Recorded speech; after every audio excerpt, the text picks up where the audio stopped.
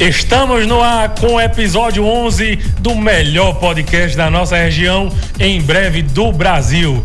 Começando já no aquecimento aqui na voz, Carlos Renati, aqui do meu lado. Anderson Xuxas. E antes de começarmos esse papo com um cara que eu sou fã, conheço a história, enfim, ele tem muitos atributos que já eu vou contar. Primeiro eu vou falar dos nossos apoiadores. Quero Delivery, não canso de falar, app muito top de delivery, o melhor app da região. Gente, entrega na sua casa, no conforto do seu lar, pagamento com online, descontos, pagamento online, muitas modalidades para você. E também o nosso parceiro Wilson Pizza. Minha gente, pizza, olhe para mim, né? Olhe pra mim, eu sou o cara das pizzas. Pizza eu amo na pizza. Wilson Pizzas. E pizza é na Wilson Pizza.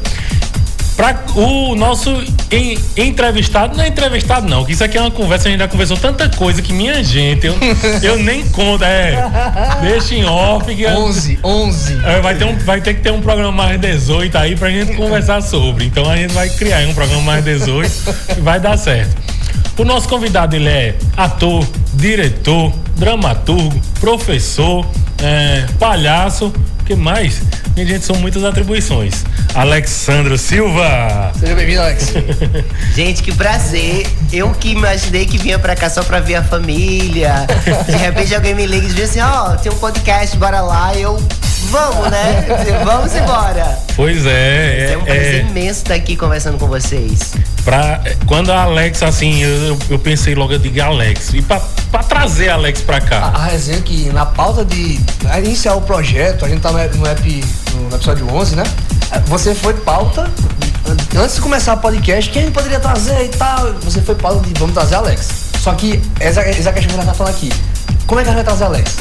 Como é que a gente vai trazer? E assim, por acaso o destino, ele vindo visitar a família, e aí a gente conseguiu trazer esse cara que deve ter muita coisa pra contar aí. Um cara que viveu e vive de arte há muito tempo, né? Vixe, muito tempo, parece que é eu e Jesus, né? A gente tá falando em off, né? Ele contando assim. É bem interessante até isso aí. Eu queria que você falasse um pouquinho pra gente também. Medo desses em offs, tá, gente? Não vai ser esse último, não. Tá bom. O que você tá falando aí da construção, né? Chegou aos 30. Chegar aos 30, não construí nada, não tive nada. Eu achei super bacana esse trecho que você falou ali, porque é interessante. Conta pra galera esse seu pensamento. Não, então, quando eu não sei se algumas pessoas passaram essa coisa de chegar nos 30 e dar uma refletida sobre o que você fez. E aí quando eu cheguei nos 30, cara, eu não tenho um apartamento, eu não tenho um carro do ano, porque é sempre as coisas materiais, tá? Materiais. E daí eu precisei realmente sentar e dizer assim, cara, mas o que é que eu construí até os 30? E aí eu tinha visto que eu tinha saído da minha cidade de origem, que era Araripina, eu tinha conseguido me estabelecer, ser reconhecido no estado como um artista que eu cheguei, que sou, né? Uma representação nas artes cênicas no estado. Eu tinha lançado um livro, tinha ganhado um prêmio de literatura. E aí foi bem nesse lugar mesmo de entender toda essa trajetória que eu tinha feito até mesmo para poder seguir. E aí eu disse, não, eu fiz muita coisa, né? E eu também refleti que eu podia já ter tido casa se eu quisesse, ter tido carro se eu quisesse, era uma questão de querer. É muito legal quando você chega num estágio da carreira que você escolhe o que você vai fazer. E diz, não, isso aqui eu não quero fazer, isso aqui eu quero fazer, isso aqui eu vou fazer porque você gosta. Porque a gente sabe que no começo da carreira não dá pra você tem que fazer de tudo um pouco. Então, o que você pensar, eu já fiz, assim, tipo, campanha pra Catão, fiz, né? Fiz palhaço de trânsito, fiz. Ficar na frente de loja, fiz. Fonfon. Eu amo Fonfon, tá? A turma do Fonfon, ele já foi o Fonfon. O Fonfon oficial, né? Durante um tempo. E daí, mas é massa isso. É massa quando você olha pra trás e você consegue fazer toda essa retrospectiva. Eu tive recentemente uma entrevista que, um pouco dessa pergunta que o Xuxa fez. E aí o cara perguntou para mim, o entrevistador, o que é que você fez e que você não faria? Eu disse, cara, eu faria tudo de novo pra estar nesse lugar que eu estou agora. Sabe? Interessante. De conseguir, não tem coisa que eu não faria. Mas eu faria, se é pra estar aqui onde eu estou, eu faria. Não tem as coisas, isso não faço mais. O que mais gostou de fazer? Eu sei que você é um cara aí tem múltiplas, né? Múltiplas facetas e tal, mas o que é que você mais gostou ou gosta de fazer? Eu, durante muito tempo, eu não quis, não queria sala de aula, não queria ser professor, apesar de entender que eu era professor nato. E aí eu acho que eu fui, durante muito tempo, escondendo, e a pandemia me mostrou a possibilidade que eu tinha de ir para a sala de aula e de trabalhar com aquilo que eu tanto gosto, que é arte. E de fazer isso dentro da academia, como eu vou fazer agora, né, dentro da UFAL, porque eu vou assumir um cargo agora como professor da escola da UFAL. Mas eu acho que, cara, escrever é uma coisa que eu gosto muito e que eu não tenho muito tempo. Pra vocês terem ideia, eu devo ter uns 3 livros que tá lá pronto, mas precisa assim, pronto, mas os últimos acabamentos eu não tenho tempo de terminar. Caramba. Mas eu gosto muito de escrever. Se eu pudesse, eu me aposentava e ficaria só escrevendo. Numa casinha, numa cidade fria, né, que não é Recife. Amo Recife, mas não seria Recife. E só escrevendo. Cara, é muito, muito interessante, assim, você falar sobre essa questão, porque, assim, você falou sobre escrever e você tem um livro publicado, sim, né? Sim. Que conta... todo mundo acha que é minha biografia. Não é, tá, gente? Pelo amor de Deus, parem de dizer isso. Eu encontro as pessoas fazendo resenha do livro. É autobiografia do autor. Não é. Porque é a história de um menino que sai do interior, né? Que sai da Chapada do Araripe. Da Chapada do Araripe para alçar novos voos. E ele quer conhecer o mar. E eu não tinha essa pretensão de conhecer mar. Não que eu não goste de mar, né? Alex. Mas todo mundo acha que é uma autobiografia. Não é, Será que não é? Não, eu acho que quando você escreve, não tem como suas experiências não aparecerem ali. Uhum. Mas não é uma coisa assim que eu vou escrever minha história. Não sei. Cara. Pois é, como é o nome do livro? História de uma viagem para se encantar. Pois é, então você que tá nos vendo, se quiser ir na livraria buscar História de uma viagem para se encantar. Tem algum link pra... Ele foi lançado pela Ciranda das Letras, que é uma editora de São Paulo. Ele tá disponível em todas as livrarias do Brasil. Eu vou até pedir para nosso editor-chefe aqui, né, ele depois procurar o link desse livro e colocar na descrição desse episódio no YouTube, para as pessoas que se interessarem, chegaram até aqui, poderem clicar lá na descrição e acharem o seu livro. Massa, tá bem. Alex, a gente tem uma relação próxima de muitos anos já, né? Alex foi meu ex-cunhado, inclusive a gente morou junto durante um tempo em Recife. E, gente, uma curiosidade, aquele meu curso de palhaço que falamos há um tempo atrás, que eu fiz e não sei o que, inclusive foi na companhia dele. Sim. Né? Na companhia foi o único aluno que me apareceu e disse, não, eu queria fazer um curso porque eu tenho medo de palhaço. Não, eu tenho raiva. Aí eu disse, eu tenho raiva. Não era nem medo, era raiva. Aí eu me perguntei naquele momento, se tu tem raiva, tu estás fazendo o que aqui? Mas eu, como pedagogo, não podia dizer isso. Eu disse, não, você veio para o lugar certo. Tirem aqui mesmo. Tirem as armas, as sandálias daqui pra gente fazer o... Tem gente que tem medo de palhaço, né? Tem. Eu tenho raiva, tem uma história interessante. Tem um nomezinho da fobia que é que eu não vou lembrar, gente, que não é claufobia, mas tem um nomezinho, corofobia, eu acho. Se eu tiver errado, me confirme, mas é corofobia, eu acho. Quem tem medo de palhaço. E quem tem medo de Papai Noel? Aí eu tenho que inventar um nome. Eu tinha medo de Noelfobia, inventei. Shakespeare podia inventar, a gente também pode. É interessante, porque assim, eu quando mais novo, a minha mãe me contando. Cara, mas o Papai Noel é tão legal, cara, ele traz gordinho. Eu tinha medo de sentar no colo do Papai Noel, bicho. Não, aí é outra coisa. Juro pra ti, quando tem uma foto do Papai Noel, até os 12 anos de idade, eu não tinha muita sensação. Essa aí é a Noelfobia. Noelfobia, tá vendo? Daqui falando nos bastidores, Noelfobia. É interessante, porque assim, tem gente que tem medo de palhaço, eu tinha medo de Papai Noel. E Alex, vamos voltar um pouquinho aqui na tua história. Com quantos anos e como foi essa tua saída daqui de Araripina para buscar realmente se entregar à arte e tal nessa trajetória? Como foi? Então, quando eu saí de Araripina em 2003, mas eu já fazia teatro aqui e eu já conhecia pessoas que supostamente podiam abrir espaço para mim lá em Recife. Então, quando eu saí daqui em 2003, Tanto que eu cheguei em Recife, 2 meses depois eu tava estreando o Pluft e o Fantasminha no Teatro Artiplex, que era um teatro que ficava dentro do Shopping Guararapes. E que, por exemplo, na minha estreia nesse teatro, eu tava entrando pra fazer espetáculo, tava saindo a Vera Fischer, que ia fazer espetáculo à noite. Eu tinha passado o som, tudo mais. E eu disse, cara, eu vou estrear no espetáculo que a Vera Fischer vai fazer espetáculo após mim. E eu lembro que o meu camarim era o 17 e o dela era o 12. Então, foi uma coisa... Logo no início já foi assim, né? Já tava num teatro que, sabe, que já era um teatro importante e tudo mais. Mas eu já tinha todos os contatos, porque tinha muitos lugares de você conhecer quem tava fazendo. Na época existia um evento chamado Circuito Pernambucano de Artes Cênicas. E daí, por exemplo, antes de sair de Araripina, eu já tinha feito um curso de interpretação com José Pimentel. O cara que fez o Jesus, que acho que até tá no Guinness Book como o homem que mais fez Jesus no... tem até uma piada que diz que ele fez mais Jesus do que o próprio Jesus, né? Porque Jesus só viveu ele foi Jesus por 33 anos. E o Zé Pimentel, inclusive, passou bastante. Olha, os fãs de Pimentel, gente, é só uma piada, gente, tá? É só uma brincadeira, inclusive ele é maravilhoso. Um ícone, com certeza. Mas aí quando eu cheguei eu já sabia os contatos. Então eu fui morar numa cidade que é metropolitana do Recife, chamada Camaragibe. E lá eu já sabia que eu tinha que procurar a Fundação de Cultura e deixar o meu currículo. Cara, e foi instantâneo. Eu deixei o currículo numa semana, no outro me ligaram. Mas logo de cara eu fui fazer um cachorro. Que eu não tinha falado no cachorro, era tipiti, e eu só tinha que falar au na peça. Era muito engraçado.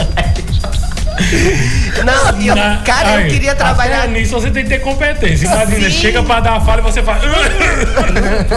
Era muito legal, que era um cachorro e tudo mais. E ao mesmo tempo que eu tava fazendo esse espetáculo, eu também tava lá fazendo Pluft no Artiplex. Então tinha muito esse lugar, assim, de transitar entre aquele lugar. Então aconteceu muito rápido pra mim, assim. Não teve um lugar de batalhei, não. Foi. Mas porque eu já conhecia as pessoas certas, eu já sabia onde ir. Massa, interessante. E aí, mas quando foi essa de trabalhar para outras companhias ou trabalhar em outras peças de teatro para abrir a tua companhia? Quando foi que isso aconteceu e como foi esse processo, né?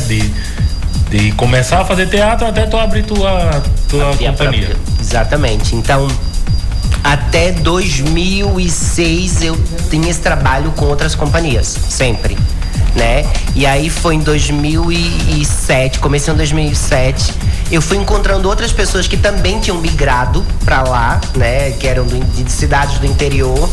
E aí eu encontrei um grupo que eu já tinha tido contato com eles aqui em Araripina, que é o pessoal que trabalhava com Sebastião Simão Filho. Eles também haviam se mudado para lá basicamente na mesma data que eu.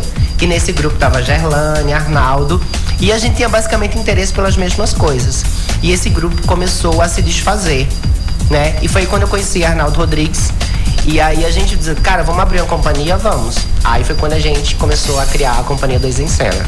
Mas... Em 2007. 2007 a companhia. Mas eu fiquei de 2003 até 2006 trabalhando num monte de produção. O que me chamavam pra fazer, eu fazia. Tipo, relacionado à arte, obviamente. Tem sempre um lugar no teatro que, pelo menos eu enxergo dessa forma, que tá fora do mainstream, tá fora da grande mídia, tá fora do... Que é esses teatros pequenos, essas peças sem grandes produções. E aí eu acredito que o desafio foi enorme, né? Já chegar assim de cara, já pegar uma produção maior. Eu cheguei num momento culturalmente, Recife é uma cidade muito, muito cultural. Recife respira cultura. Essa semana eu tava voltando acho que eu tava voltando do trabalho e o Lázaro Ramos tava entrando no Cinema São Luís para poder estrear o filme dele, Medida Provisória. Ele com a Thaís Araújo. Então, isso é muito louco, assim, de você a gente já tava bebendo no Cabaré e o Cauã Raymond tava lá. Então, assim, ela é uma cidade muito cultural. O Cabaré é aquele barzinho que é... O Cabaré é o barzinho, pelo amor de Deus. Só deixando claro, gente, que o Cabaré é o nome de um bar. Eu conheci, é muito bom. Muito bom. Sabe? O Cabaré é show. Eu tenho uma história muito boa no Cabaré. Já conta. No bar. Já conta. No bar. Já conta. A gente tem... Deixar pra outra oportunidade, né? Então a gente tem esse lugar... Eu acho que passou lá. No dia que eu tava no cabaré? Das vezes que a gente tava no cabaré. Sim, deve ter acontecido. Deve ter, é bem provável. Certeza. Então tinha esse lugar de ser uma cidade muito cultural. E aí você tinha a possibilidade das coisas acontecerem mais rápido. Eu até falo muito assim, cara, Nordeste, as duas cidades que são realmente, que dá pra você viver de arte é Recife e Bahia, Salvador. É até interessante você falar isso, que às vezes a gente acha que esse mundo artístico é um lugar inacessível de você encontrar ou ter amizade com as pessoas, né? E Recife, uma experiência que eu tive foi muito interessante.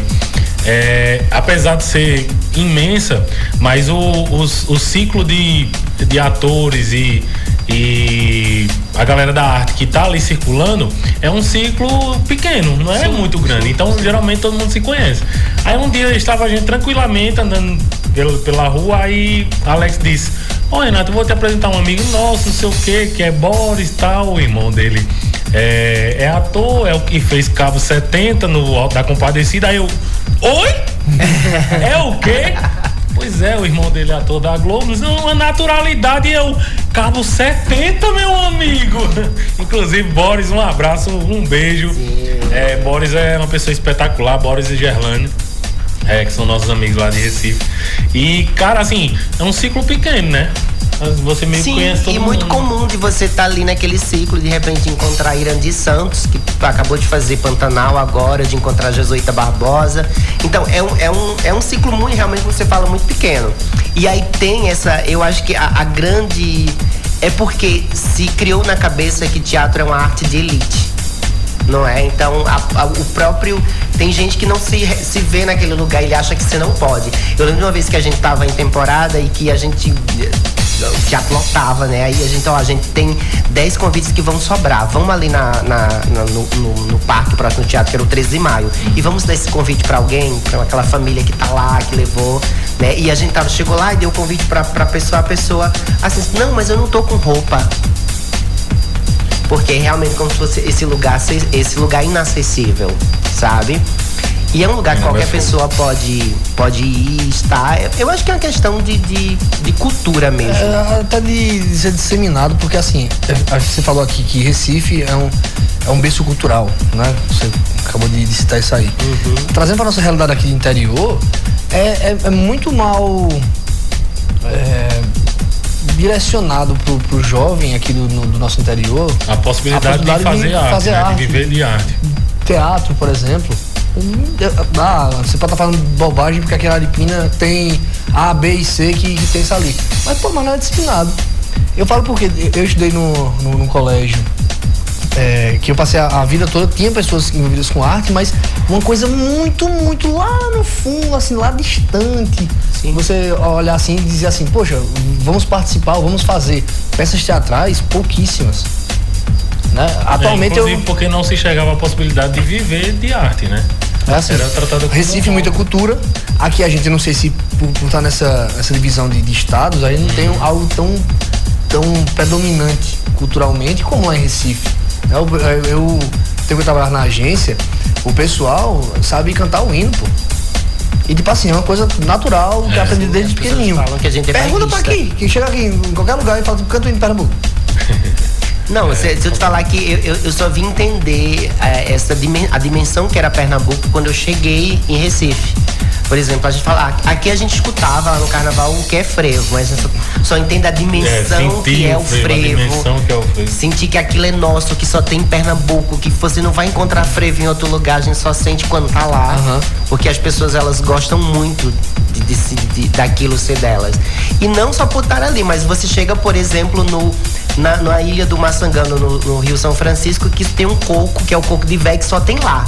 Não tem em nenhum outro lugar do mundo. Aquelas mulheres dançando coco com as garrafas na cabeça. Aí você começa a ver que, cara, que lugar, que estado é esse que tem coisas muito peculiares, entendeu? Aí você começa a entender a grandiosidade que é, mas realmente você precisa sentir isso. Mas aí, e os perrengues? Teve perrengue assim? Sempre tem, gente, pelo amor de Deus. Porque assim, além da vida artística, você teve que encarar a veia de empreender, de ter uma empresa, de ter uma companhia, lidar com pessoas. E aí, como foi esse processo? Pra tu ter ideia, a gente juntou pra montar esse primeiro espetáculo, que é um espetáculo chamado Palhaçadas, História de um Circo Sem Lona. A gente tinha R$3.000. Lá naquela época, R$3.000 era dinheiro, tá? Mas nunca passou pela nossa cabeça que nós pudéssemos ganhar, por exemplo, investir R$3.000 e ganhar. Um dia a gente parou pra pensar o quanto a gente havia apurado naquele espetáculo em 10 anos e a gente contabilizou R$500 mil em coisas que a gente tinha aprovado. Cara, quem imaginava que a arte pudesse dar, sabe?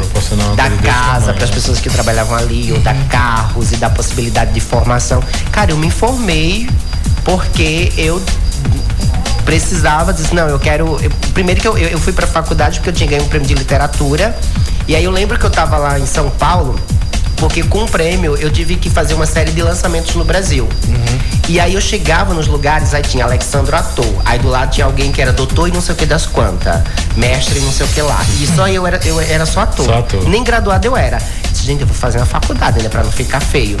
Aí fui estudar letras, né, na Fafiri. E eu acho que isso foi a arte que me deu essa possibilidade de conhecer todos os lugares que eu conheço, sabe? De poder falar em outra língua, de poder... Eu acho que eu devo tudo à arte. Porque senão eu acho que, no máximo, eu não sei o que seria da minha vida. Até então, até antes de eu conhecer a Alex, ali, acho que uns 8 anos atrás, alguma coisa do tipo, conhecer um artista que vivesse exclusivamente da sua arte e vivesse bem, vivesse tranquilamente, era uma coisa de se espantar. Ele é ator e ele faz mais o quê? Trabalha com, mas ele trabalha com o quê? É que nem o papel de músico que a gente encarou muitas vezes, né? A gente era músico, chegava e dizia, e aí, o que é que tu faz? Não, eu sou músico. Mas tu trabalha com o quê? Não, eu sou músico. E tem muito um lugar das pessoas dizem, nossa, você é muito boa, eu quero lhe ver na Globo. Aí eu disse, mas eu não é o... Porque são caminhos muito distintos. E obviamente nesse caminho, por exemplo, a Chandelle e Braz, a gente fez espetáculo junto. A Chandelle estava fazendo espetáculo comigo no ano passado, ela estava fazendo uma novela na Globo. Tem muito essa ponte também. Recife, né? Mas são caminhos, são escolhas que você faz. E nunca foi a minha escolha, assim. Eu nunca me vislumbrei com a TV. Por não ser um apaixonado. Eu acho lindo ver. E acho lindo quando os meus amigos chegam lá. Mas nunca foi... Acho que é feito Boris também, do irmão dele ficar tem aquela coisa imortalizado como Cabo 70 e de repente ele tá lá fazendo o que ele tá fazendo e ele é muito feliz e ele é muito massa naquilo que ele faz. E você falou aí sobre essas coisas e as dificuldades que foi, mas e o lado gestor? Como é que chegou o lado gestor em tu? Porque beleza, o artista ele é muito emocional, ele vive muito, vamos lá. Quando foi que te puxou para o lado gestor? E tu teve que entender que você deveria gerir uma empresa, que era a companhia. E aí, como foi aprender a gerir, lidar com pessoas e isso tudo mais? Cara, eu aprendi tudo que eu aprendi, assim, eu aprendi a ser diretor na prática, fazendo na companhia, eu aprendi a ser gestor. Ainda tô aprendendo, né? Porque acho que gerir não é fácil. Mas eu aprendi muito. A sorte é que a gente tinha um cara que era administrador dentro da companhia. Então isso dava pra gente o norte. Porque, por exemplo, eu chegava e disse, no próximo espetáculo eu quero uma Kombi. A gente vai fazer uma Kombi, e essa Kombi é tudo. As pessoas vão subir, fazer palco. Aí ele olhava pra gente e dizia assim, sim, mas como é que vai viajar com essa Kombi? A gente vai de Kombi pro sul do país? Você quer fazer um espetáculo só pra Pernambuco? Vai levar essa Kombi no avião? A gente pode pensar em outra coisa que não seja a Kombi. É logística. É até interessante você falar isso aí, porque, esses dias eu tava... eu gosto de acompanhar podcast, né? E tava o Hélio de la Penha no Vênus Podcast. E ele comentando, né, que disse assim, querendo ou não, a Rede Globo é a Hollywood brasileira. Ele fala, poxa, no tempo do Cacete Planeta, a gente queria fazer um sketchzinho, 30 segundos pra passar na televisão. E era assim, a gente quer ir pra tal lugar e quer ter um Ilhama. A galera, tipo, vai precisar da Ilhama, os caras traziam Ilhama. Sim. Então, assim, você vê que você fala nessa parte do administrador e de ter essa limitação, e tem pessoas aí em grandes teatros e até televisão que não tem limite em relação ao que quer. Tipo, poxa, eu quero uma Kombi, então vai em cima de uma Kombi e vamos botar a Kombi, vamos arrumar. Eu quero uma Kombi sei lá, de 1900 e lá rebolinha, vão atrás, trazem, levam uma pessoa para outro país para poder fazer. Eu acho que o choque de realidade que eu tive com o teatro é que o teatro, ele trabalha para você expandir a sua mente. É isso que eu achei o mais foda do teatro. O primeiro contato que eu tive de base com o teatro, vendo, fazendo, foi lá em Recife, né? Observar aquilo. E morando numa casa onde só tinha artistas. Então, pois é, numa casa de artistas. Saco, né? Porque a gente acordava para fazer teatro, né? E dormia para acordar para fazer teatro. E assim, o teatro, como ele tem as suas limitações, seja por tamanho do teatro, seja por transporte, essas coisas, eles têm que atuar no imaginário. Então, assim, tem até algumas produções de Alex que ele saía com as ideias que eu dizia, como é que esse cara pensou isso? Assim, uma coisa que precisava ser bem mais elaborada, mas que sei lá, com um desenho ele conseguiu trazer, né? Eu até gosto de citar que é aquele exemplo onde vocês tratam de abuso infantil, aquela peça, eu esqueci o nome, me fugiu. Do Alice. Na hora do abuso, em vez de abusar a menina, o tio abusa um desenho. E todo mundo, e quando a gente chega, as pessoas quase levantavam e aplaudiam a cena, porque não tinha um abuso com a menina em si. Era um desenho da menina que o cara bulinava o desenho. E todo mundo assim, como é que você chegou naquilo? Eu digo, primeiro, a peça foi feita para aquele desenho, né? A primeira ideia veio do desenho. Não, eu acho que a coisa mais surtada é pensar que o nosso Chapeuzinho Vermelho, que é chamado Salada Mista, ele é ambientado nos anos 60 com músicas da Jovem Guarda. Que a gente toca a música da Jovem Guarda. E quando a gente chegava foi a peça que a gente mais viajou, quando a gente chegava nos lugares, as pessoas ficam assim, cara, como vocês tiveram essa ideia de como é que Chapeuzinho Vermelho, o que é que Chapeuzinho Vermelho tem a ver com Jovem Guarda? E Renato viu e se encaixa completamente, né? Eu realmente fiquei encantado com a peça, assim, porque o enredo, como as músicas vão entrando na história, você fica assim encantado. E exatamente, acho que é esse o lugar do teatro, né? É você enxergar e você não precisa daquele imensidão de coisas físicas ali. É porque você tá tudo no seu imaginário. Você tem que entender aquilo. Eu me recordo que até uma passagem que teve alguns adultos que disseram que a cena era forte, era, poxa, terrível essa cena do abuso, porque não sei o quê. Mas, tipo, eles estavam olhando com olhar de adulto. A criança via aquilo ali, ele entendia da forma dela. Né? Uma forma que o adulto não conseguiria ver. O adulto saía da plateia chorando. E foi uma peça que quando a gente fez o do Alice, foi logo após a gente ter feito Salada Mista, que tinha ido para um monte de festival no Brasil. Então foi a primeira estreia que todos os jornais de Recife estavam na estreia, assim, a imprensa de peso, com matéria nos 3 jornais, né? Diário de Pernambuco lá. E a gente lá disse, cara, ou vai dar muito certo ou vai dar muito errado, porque a pressão da imprensa aqui, né? Mas a gente recebeu muitas críticas positivas e muitas críticas também negativas, e foi um trabalho pra gente pensar muito, assim, sabe? De que não era nem a criança que não estava pronta para receber, mas era o adulto que não estava pronto para receber. Interessante, cara. Interessante, né? Porque eu acho que eu escrevo muito pra criança, e a criança não tem preconceito. O preconceito tá no adulto. A criança, ela primeiro que ela já nasce nesse século onde tudo é mais rápido para ela. O acesso à comunicação é mais rápida, né? Só que a gente que vai educando, a gente vai enquadrando. Eu costumo dizer o seguinte, né? Isso aí é da Digan, que é lá de Recife, né? Eu fiz um curso do Murilo Dan, que é reaprendizagem criativa. E é interessante você estar falando isso aí, porque ele fala assim, que a criança, ela nasce sem bloqueios. E durante a vida, os adultos vão bloqueando as situações. Você falou, tem vários acessos, hoje em dia tudo, mas o adulto vai bloqueando. Você não pode isso, você não pode aquilo. Sim. Isso você aprende de cada cultura, cada crença. E a gente vai crescendo no adulto, cheio de bloqueios. E ele é uma passagem bem rápida, ele fala assim, né? Que a gente nasce fora da caixa e durante a vida coloca a gente dentro da caixa. Aí a gente vira adulto, aí fala, mas você tem que pensar fora da caixa. Mas, poxa, eu já pensava fora da caixa. Me botar dentro da caixa pra depois assim, não, tem que sair da caixa.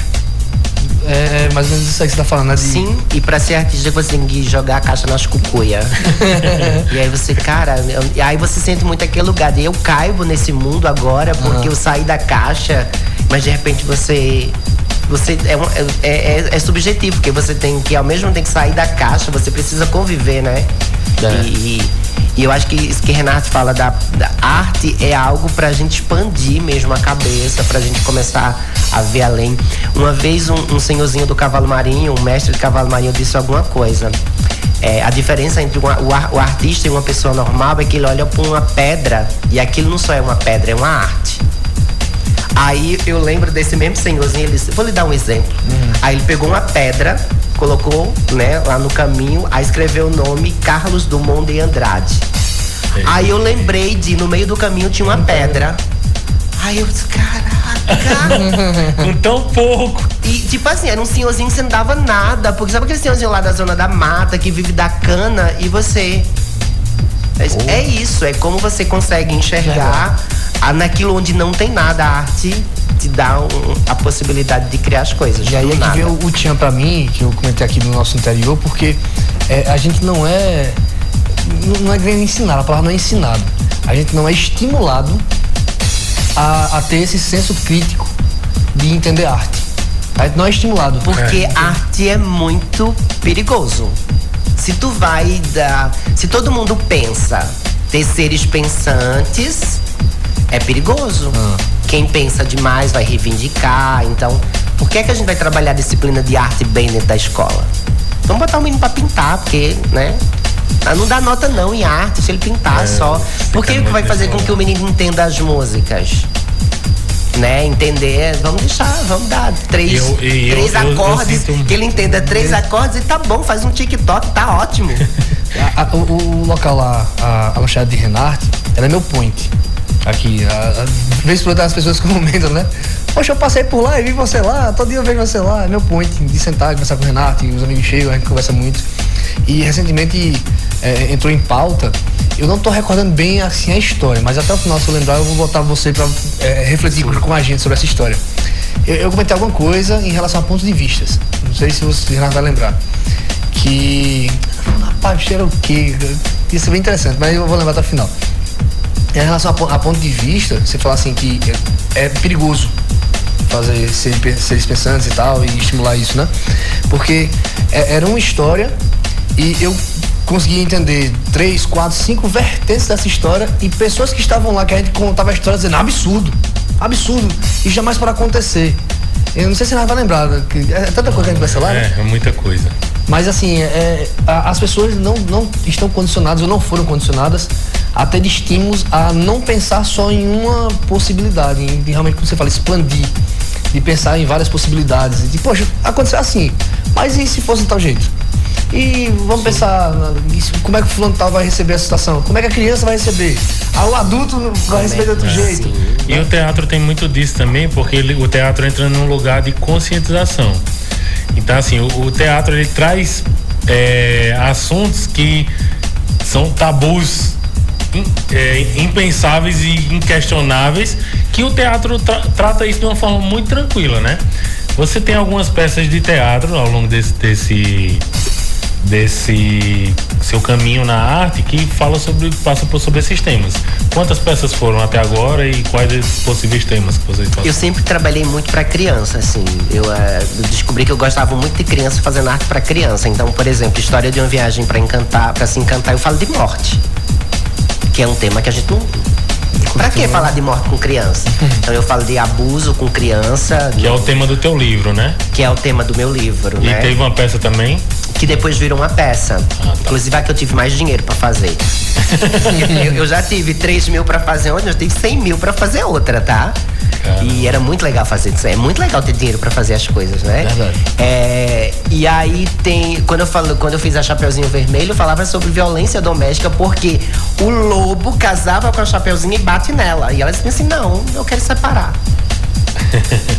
Como é que tudo é uma loucura? E as pessoas ficavam assim. E a gente usa a música pra isso. Tem no momento que a Chapeuzinho tá juntando as coisas pra ir embora, o lobo canta, não se vá.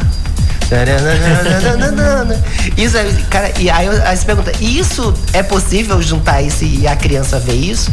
Mas é como você faz, é um jogo ali de como você vai juntando as coisas. O legal é que quando a gente estreou a peça só ia idosas, né? Eu disse, cara, isso não é uma peça pra criança.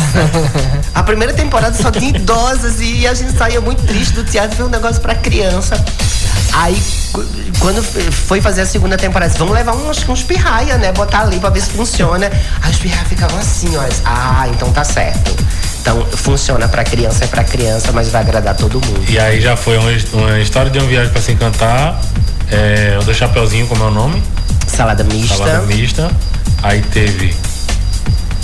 Cara, a gente fez um que era muito político, que foi quando fez o Circo de Beco dos Bufões, que era um ataque real, assim, a tudo o que estava acontecendo, a essa diminuição do que tinha, né, com a cultura. Essa foi bem... E aí era... Essas ideias, toda a roteirização e tal, sempre feita por ti? Sim, a maioria dos espetáculos eu escrevi e dirigi. É sempre... Como surgem, eu não sei. Às vezes eu tô no meio de uma festa, se eu vou pra casa, tá? Porque teve uma ideia, eu vou escrever. Então, às vezes, do nada, sabe? E é muito louco. Eu lembro que uma época a gente recebeu, eu tava fazendo um intercâmbio de autores e veio um autor pra minha casa pra gente escrever com algo junto, né? E o cara só conseguia escrever, não, tem que ter cerveja pra mim. Aí a gente foi, aí comprou uma caixa de cerveja, colocou na geladeira, tirou a comida pra colocar a cerveja. E ele olhava pra mim e perguntou assim: você não bebe nada pra escrever? Eu disse: não. Eu, inclusive, tenho um horário de trabalho, que é começo de 8, vou até meio-dia, paro pra almoçar. De 2 horas eu volto até 5. Eu sou artista em horário comercial. Eu sou artista em horário... Ele assim, no meu horário livre, eu vou... Eu vou ver Netflix com coisas bem bobas, tá? Quando as pessoas perguntam muito, o que é que você faz? Você vai no cinema? Eu gosto muito de ver cinema, mas assim, tipo... Cara, o meu hobby é a parte administrativa, é escrever projetos. Ele é artista em tempo... É muito, né? Isso. Aí, quando eu quero fazer uma coisa diferente, eu escrevo captar recursos, que é uma coisa que eu faço. Que eu adoro essa parte burocrática também, de conseguir dinheiro pra coisas. Cara, esse ano eu consegui tanto de recurso, né? É uma parte que eu curto muito também. Que massa. De como é que você consegue a grana pra isso. Eu adoro convencer aquelas figuras que você acha que nunca vão te patrocinar e que de repente patrocina. É muito legal sentar numa mesa assim. Amanhã, inclusive, eu tenho uma rodada de negócios. Aí, tá vendo? E tu falou um pouco aí sobre de estar em um lugar e simplesmente ver a inspiração, sair pra escrever e tal. Mas assim, sem estar ligado à arte, quem é Alexandre Silva? Dá pra separar? Eu acho que eu sou uma pessoa careta e chata, sem estar ligada à arte. É mesmo. Que por exemplo, que estressado, eu adoro. Então ninguém sabe, cara, quando eu tô muito estressado, eu lavo um banheiro. Eu digo, sério? Eu disse, quando eu tô muito estressado, eu lavo um banheiro. Eu podia fazer outra coisa. Ou então eu amo correr, eu amo fazer exercício, então eu vou muito. Mas. E sabe uma coisa que eu não gosto de ser notado. Eu não. De chegar, por exemplo. Olha assim, o contraste. Eu não gosto de ser notado. O cara dos holofotes. O bom é que eu não gosto de ser notado. Eu acho que é por isso que eu quis fazer teatro, porque não vai ser, ninguém vai te reconhecer no ônibus, você vai conseguir no shopping comer um hambúrguer e ninguém vai dizer, eita, ele que tá ali. Você com essa camisa aí, se você for aqui no céu, mas você vai ser notado. Aqui eu queria ser notado, tá? Aqui sim. Mas no real, Renato sabe que eu não gosto de ser notado, não. Pois é, Alexandra, assim, a gente em casa, a Alexandra esbarrando nas coisas, ela é pensativa, eu digo, eita, bicho. Aí chegava lá no teatro, faz isso, bora, sei o que, vamos, e eu, gente, cadê? É interessante isso, né? Mas essa coisa da personalidade. Eu sou muito na minha vida normal mesmo, assim. E artistas na família? A minha irmã é artista, né? E também é palhaça e... artista tem mais artistas, tem né? mais artistas. Profissionalmente, porque todo mundo é um pouco artista, todo mundo é um pouco artista. Mas, olha, quando eu publiquei o livro, e aí fui dar um exemplar para o meu avô, e meu avô, ele não sabia ler, né? Aí leram para ele, ele disse assim, isso aqui foi a história que eu contei para você. Cadê a minha parte do dinheiro? Então eu acho que eu sempre fui muito incentivada, assim. Desde pequeno eu tinha muita sensibilidade para entender tudo aquilo que eu tava vivendo, tinha capacidade. Mas a gente cresceu, assim, minha avó cantava muito bem, inclusive, então eu escutei, se escutava música boa na minha casa, eu acho, sabe? E do nada, assim, eu escutava um Djavan e eu tava no sítio Serra da Torre, gente. Eu disse, como é que chegava aqui? Então a minha avó ouvia Dalva de Oliveira. Então, isso faz alguma coisa, né? Eu lembro que até chegar a energia no sítio, a gente, em vez de ver novela, a gente lia verso. A minha tia sentava lá na frente e lia verso pra gente. Que hoje praticamente não é uma cultura que não existe. Não é uma cultura que não existe. Então tinha muito esse lugar aí as minhas tias faziam aquelas apresentações em igreja também, então eu cresci ali, de certa forma, não foi uma coisa que surgiu da minha vida do nada, né? Eu fui fazer arte por uma birra com a minha tia, porque se fazia aquelas novenas e minhas tias, como sempre foram muito danadas, elas faziam aquelas chamavam dramatizações. E aí tinha os pirrainhas da família levavam os presentes pro Menino Jesus. E eu era muito danado quando eu era pirraia. Aí a punição pra mim foi assim, você não vai entregar o presente para o Menino Jesus. Eu disse, eu não queria fazer parte desse teatrinho mesmo, porque eu vou ser ator profissional. Eita, olha eu só. com 7 anos dizendo isso. Aí eu digo pra minha tia que eu virei ator profissional pra fazer birra. Mas já entra no lugar de como foi o apoio da família? Quando disse assim, você é ator. Cara, minha família não. Assim, eu acho que hoje que é graduado, que tem até tem hoje, a nova geração já é toda estudada, mas na minha época não se tinha muita gente. Então, mesmo que eles quisessem ajudar, e tinha esse apoio. Eu lembro que eu dizia pra minha avó, na época que eu queria ser cantor, né? Ela, não, tá tudo certo. Mas fazer o quê? Era todo mundo muito humilde, assim, vó, eu quero ser ator, sim. Tá bom. Acho que você vai conseguir, meu filho. Tá, e era isso. Mas esse apoio eu acho pelo menos eu acho mais importante do que somente o apoio financeiro. Porque muitas vezes tem um apoio financeiro, alguns filhos podem ter, mas é tipo assim, é um apoio financeiro, mas sem torcer do vai dar certo. Tipo assim, toma pra ti, vai lá, mas tomara que esse negócio der errado, porque isso não é pra. Eu acho que a gente era tão sem alternativa e tipo assim. Não, pelo menos que é uma coisa diferente, se der certo, tudo bem. Sabe quando você não tem alternativa nenhuma e aquela pode ser uma alternativa? Uhum. E obviamente que tinha as minhas tias mas as minhas tias também não levavam muito a sério. E aí, por exemplo, a minha tia, eu tenho uma tia chamada Marisete, que ela fazia teatro amador num grupo Proscênios, que era coordenado por Bebel de Oliveira aqui. E aí ela me levava pros ensaios. Então eu cresci ali, naqueles bastidores, já sabia como é que fazia. É tanto que quando eu comecei a fazer teatro profissional, muita coisa eu já sabia. Porque eu já vivenciava aquilo. Então... Bebel é um nome muito forte, né? Do teatro arepinense e tal. A região ela é um nome muito... Historicamente, acho que é a melhor professora de arte dessa cidade, a gente vai ter aí. É um nome muito forte para o setor artístico, realmente. É raro ter alguém que não conheça Bebel na área artística. Eu conheço trabalho artístico, né? Tem no trabalho artístico. É lindo o depoimento dela, porque quando eu fui pra Recife... Quando fala nisso aí, vamos chamar Bebel, cara. Pois é, cara. Tá aí, Bebel, queremos você aqui. Que foi tua professora de artes, né? Sim, exatamente. Inclusive, muitas histórias que a gente vai contar aqui dos trabalhos. Marca Bebel no Instagram. Marca Bebel. Aí todo mundo aí marca Bebel, queremos você aqui. Queremos Bebel. E em algum momento já pensou em desistir assim, tá dando muita merda? Cara, não é que penso... Nesses últimos 4 anos foi bem de pandemia, nossa, cara. Imagina. Pandemia foi cruel. E como foi aí? Teve o recurso da Lives pra vocês? Como foi na pandemia? Teve bem depois. Mas eu terminei a pandemia e tinha um mestrado. A pandemia, dia 3 de março eu defendi o meu mestrado. Dia 20 a gente entrou em fecha tudo. Então eu acho que eu tinha ali o recurso de semestre, né? E automaticamente apareciam propostas. Então, como tinha essa coisa, como eu escrevo muito para outros grupos, trabalhos de encomenda, então eu fiz muito isso. Eu escrevi um livro durante a pandemia, que vai ser lançado em breve, chama Desencantado. Esse não é para adulto, esse é bem...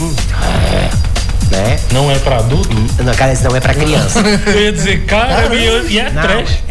Esse é bem, né? Conta o que? Também não é biografia. Não, nossa. Fala sobre o submundo de Recife, então é bem denso, assim, mas bem crítico de também. Acordo com a tua ótica ou na visão de um personagem? De acordo com as visões dos personagens que ali estão. Certo. Tudo bem, os personagens que ali estão. Mas esses personagens foram inspirados? São contos, então tem um conto que eu colho primeiro, que a gente mora no centro da cidade. No centro da cidade tem tudo que você imaginar, que é o centro da cidade. Uhum. E eu gosto muito de ser amigo dessas pessoas que me rendem histórias.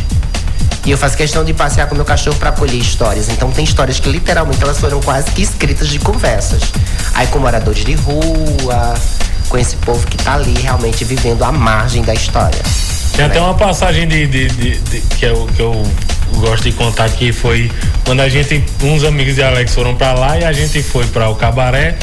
E mais uma vez, é um bar. Mais uma vez no cabaré, que é um bar. E aí começou a acontecer uma performance de um amigo de Alex, né? Ele começou a dançar e tal, e fazendo a performance. Aí vinha passando o cara com um carro de lixo, de reciclagem, um carrinho de supermercado com lixo. Aí ele foi se apoiar no carrinho, o carrinho virou ele pra dentro do carrinho. E a gente morrendo de rir. Eu digo, minha gente do céu. Mas não é esse submundo não, né? O submundo do entretenimento. Ideia, outro dia eu tava fui no banco, aí daqui a pouco uma mulher começou a contar a história de que mora numa comunidade, que a vizinha dela, a vizinha dessa mulher havia morrido e ela tinha enterrado o corpo da mãe no próprio quintal da casa. Porque aquela família toda vivia da aposentadoria daquela mulher, e se aquela mulher fosse dada como morta, eles iam perder o único dinheiro que eles tinham para sobreviver. Então meio que ela escondeu de todo mundo que a mãe dela tinha falecido. Caramba. Isso é uma história maravilhosa. Então tem um conto sobre isso. Ela vela, tem um momento que é justamente que ela tá... Só a família ali velando aquele enterro. Sabe que você não poder chorar? Porque se soubessem, ela ia ficar pelo menos mais um ano com o dinheiro da prova de vida. Então, o que é ética? Tem outra história que também é verídica, de uma evangélica, que ela dá graças a Deus porque as drogas chegaram no bairro que ela mora. Porque ela falou que os filhos dela vão poder trabalhar. A Kathleen, que é a filha mais velha, que fez ciências contábeis, mas nunca conseguiu trabalho, ela vai trabalhar na Boca. E aí todos os filhos, ela que vai falar com o cara da Boca para empregar os filhos dela. Caramba. Então eu parto muito assim. História real. Também, baseado em história. Também, baseado. Tem que ter uma maquiada ali também, né? Certo, mas... E aí eu falo muito assim, é muito lindo falar de ética quando a gente come 3 vezes ao dia. E quando você tem pra onde voltar. É muito lindo falar de ética, de moral. Mas entra numa favela, sei lá, feito Ilha de Deus, que as pessoas moram nas palafitas. O que é ética pra eles? Né? O que é um outro lugar. Muito bom. E é desse olhar que eu tento olhar e que não é o meu lugar de fala, já que a gente tem que falar tanto de lugar de fala, mas como se eu emprestasse o meu lápis para que aquelas histórias pudessem surgir, entendeu? Obviamente tem umas coisas que é bem... Cara... Imagino. Pra mim aí já foi bem... Eu sempre comento que a gente é muito privilegiado. Quando eu tô com uma galerinha ali e tal, eu sempre falo que a gente é muito privilegiado. Uns com mais, outros com menos, mas todo mundo, como você falou aí, tipo, come 3 vezes ao dia, tem uma roupa pra poder vestir, consegue sair, consegue resenhar com os amigos e tal. E tem a galera que infelizmente não consegue, por isso que eu falo que a gente é privilegiado. Pois é. Muito, muito, muito. E é um pouco disso, assim. É tanto que quando um amigo meu, que era inclusive o presidente do gestor do Sesc Pernambuco, quando ele lê o livro, ele faz o prefácio do livro. Ele diz, cara, eu não te reconheço nesse livro, você é outra pessoa. Porque talvez seja em temas que eu sempre quis tocar e eu nunca toquei neles, assim. E que estavam lá, né? O tempo inteiro. O tempo inteiro. Porque tá lá, com famílias inteiras que agora moram nas ruas. E por falar nisso, assim, em situações que tava ali o tempo todo, todos esses trabalhos, qual foi o que tu mais gostou de fazer? Foi o trabalho de escritor mesmo? Eu tenho muitas vertentes, né? Então tu sabe que eu tenho vertente com quadrilha junina e ninguém sabe que eu trabalho. Pois é, inclusive eu ia chegar nisso aí. Porque tem essa duplicidade de coisas que eu faço, né? De quadrilha, de trabalhar com circo, de trabalhar com teatro, de escrever. Mas eu não sei se tem o que são como filhos, você não dá pra dizer eu gosto mais disso, eu gosto mais daquilo. Mas tem sempre o que a gente gosta mais. Eu não sei, eu acho que assim, um trabalho que eu acho que Palhaçadas é um trabalho que eu gostei muito de fazer, porque é o primeiro. E porque até hoje a gente faz, né? Antes da pandemia. E é um que você atua, né? E é um que eu atuo, porque no meio do caminho eu fui parando de atuar. Antes da pandemia a gente tinha uma turnê em São Paulo, por exemplo. Depois tá fazendo desde 2007. É uma peça que não Agora acabou. vamos lá, que você tocou como é. Tá vindo teatro, não sei o que, e do nada quadrilha. Que eu me lembro que tu chegou, não, que eu tô dirigindo uma quadrilha. Eu disse, é o quê, homem? Que quadrilha é essa? Aquelas quadrilhas armadas? Como escola de samba. Quadrilha é como escola de samba. Então, a quadrilha junina, quadrilha viu, gente? Inclusive, foi diretor. Cara, foi... Primeiro, tá todo mundo no bolo, né? Muitas pessoas que fazem arte, eles também trabalham no ciclo junino. É feito assim, por exemplo, agora na Semana Santa a gente tá nas Paixões de Cristo. Aí eu dirijo a Paixão de Cristo Serra Talhada, que é a via sacra do Bom Jesus. No junino a gente tá nas quadrilhas. E depois a gente se prepara para os autos de Natal. Aí tem Dia das Crianças, que ali acontece alguma coisa também. E a gente se prepara para os autos de Natal, né? E aí a quadrilha, eles começaram me pedindo para escrever histórias, textos, tudo mais. E aí, de repente, o Anderson Gomes, que é um grande carnavalesco, inclusive o carnavalesco do Galo da Madrugada, disse: você já pensou em fazer uma direção para uma quadrilha junina? Eu disse, nem sei como funciona, né? Mas vamos lá. E aí, de repente, eu me vi no Morro da Conceição com uma equipe imensa pra trabalhar e tá lá dirigindo, assim. Nos primeiros dias eu não sabia bem como, eu não sabia nem falar com aquelas pessoas, mas aí a gente fez um espetáculo que é inclusive sobre Nossa Senhora da Conceição, que é a padroeira de Recife, e que foi o melhor espetáculo daquele ano de quadrilha junina do Brasil. Então eu estreiei sendo campeão do Brasil. Caramba, imagina os desafios, né? Você imagina assim, tipo, ele ter aceitado esse desafio, tipo, nunca fiz. Exatamente. Traz pra cá que eu pego isso aqui. Mas tinha uma coisa de, assim, acho que tem uma coisa de, como eu já dominava teatro de rua, inclusive a disciplina que eu trabalho dentro da universidade, tinha uma coisa de teatro de rua ali, só que em outro lugar.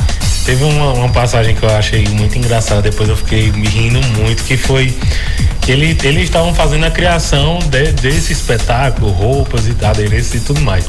E lá vai eu saindo, não sei o que, eu vou pra sala, ele tava em reunião com o Anderson, né? Aí do nada ele chorando.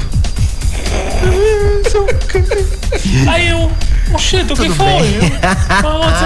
Não, é que a gente tá analisando aqui o figurino muito lindo e chora. Cara, esse lugar de artista, de emoção, né? De sentir a coisa. Mas isso acontece com o pessoal de administração também. O nosso administrador terminou a plana, ele disse, cara, sobre que planilha linda. Eu olho pra planilha e disse, mas são só números.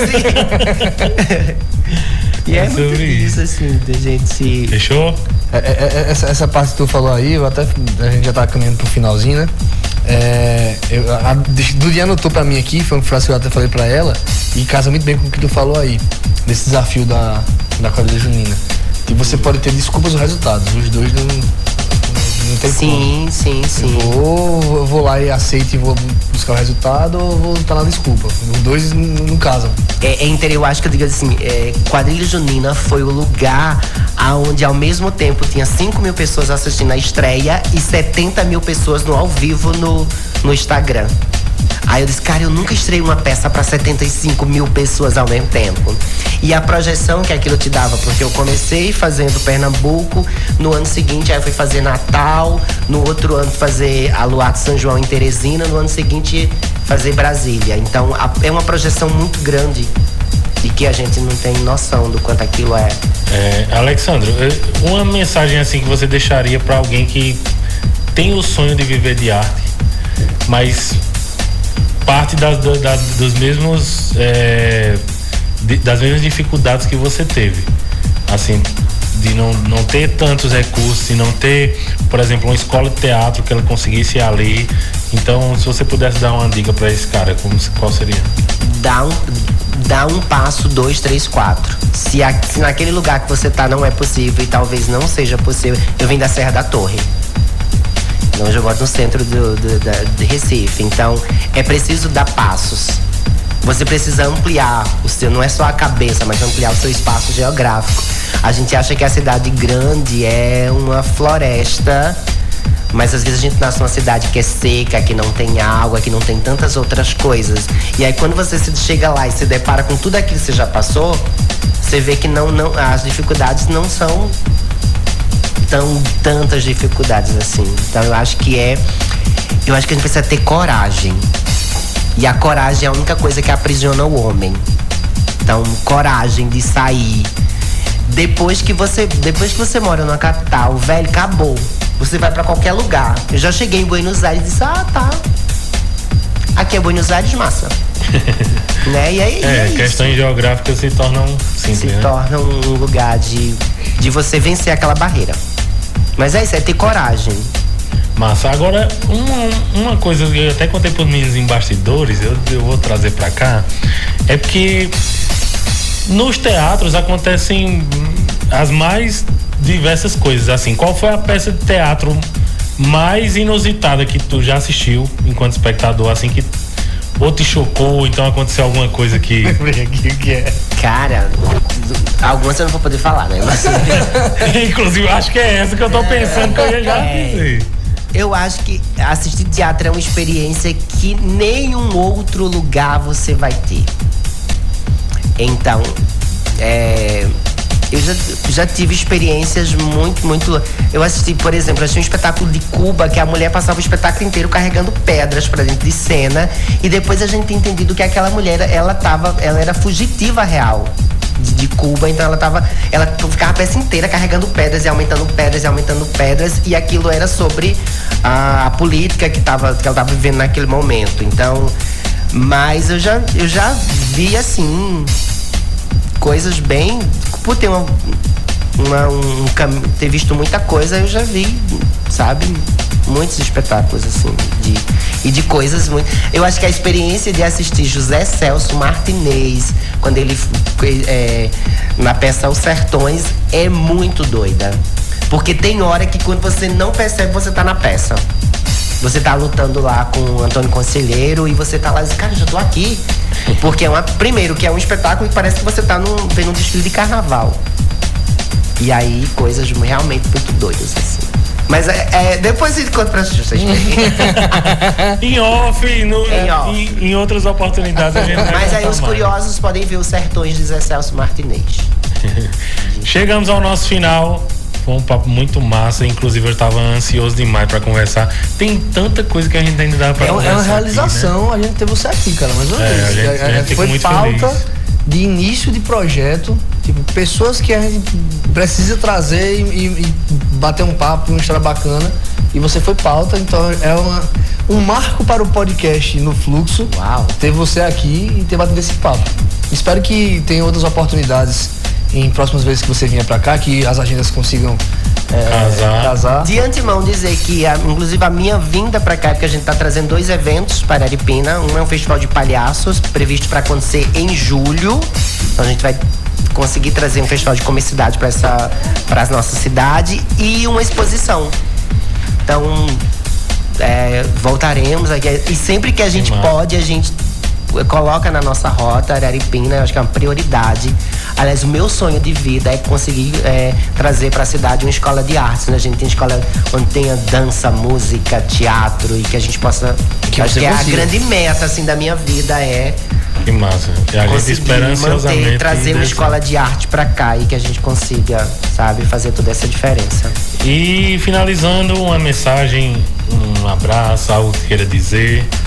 Cara, é bem bobo e é bem clichê, mas é uma frase que eu sempre uso, e Fernando Pessoa, pra terminar: tudo vale a pena quando a alma não é pequena. Reflitam. Vamos ficar com essa frase. Para finalizar, agradecer mais uma vez aos nossos apoiadores, ao Quero Delivery e ao Wilson Pizzas, por acreditarem nesse podcast, por estarem fazendo parte da história desse podcast, né? A gente jamais vai esquecer.